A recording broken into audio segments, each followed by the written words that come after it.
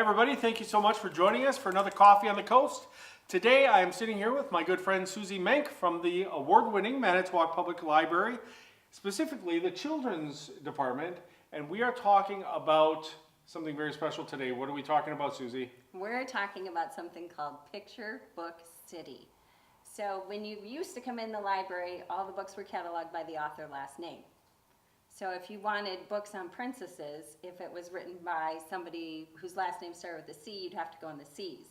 If it was written by somebody whose last name started with an F, you'd have to go in the F's.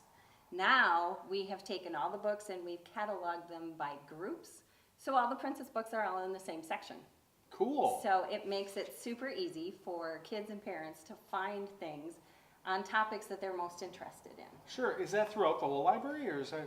Just in our picture book collection. Okay, cool. Because children that age are apparently not reading full words and letters, and knowing Sure. authors' last names is not helpful at that age. Well, sure. So besides cataloging them like that, we've also kind of color-coded them. Oh, cool. So you can see in our books here, there's orange and pink and blue and yellow color coding, and then they're grouped by topics.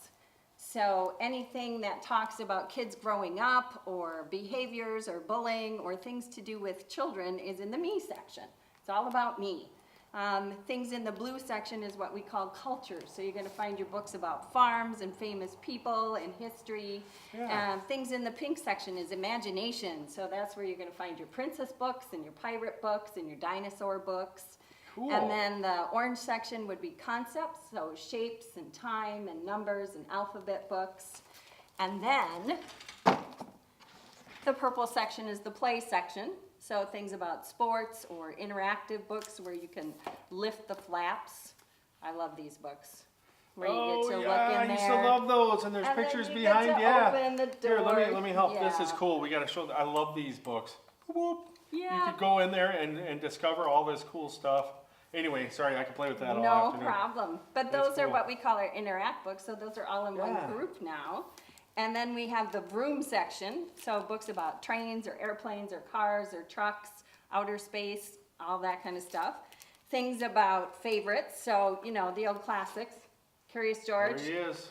and, of course, everybody's favorite, Dr. Seuss. Yes, the Lorax. That's one of my favorites. I love the Lorax. that one, right. And then our I last speak section. for the trees. Absolutely. Yes. And the last section is nature, so things about Cool. bugs and animals, creatures, seasons, all of that kind of Look stuff. at they put a picture of me on the cover. That's awesome. I need to get royalties for that. So that is a great system. So is this something that the Manitowoc Public Library came up with, or is this like something that's like It's- libraries all over do it, or? It's actually a movement that started in the East Coast, in libraries over there, and kind of has spread west a bit. Right. And we've been looking at it for a number of years, and then we're finally able to get the logistics figured out Sure. about how to do it. One of the particular challenges in our library is our space, because we have that beautiful rotunda, Yeah. but the shelves don't move there. Right, right. So it was trying to figure out how to make the space work with what we wanted to do with it. Right, And I right. think we came up with a really great system. So there's signs all over on the tops of the shelves, and Sure. with the color coding, it's really easy to see now. You know, if I want a me book, I know I have to go to the yellow section. Yeah.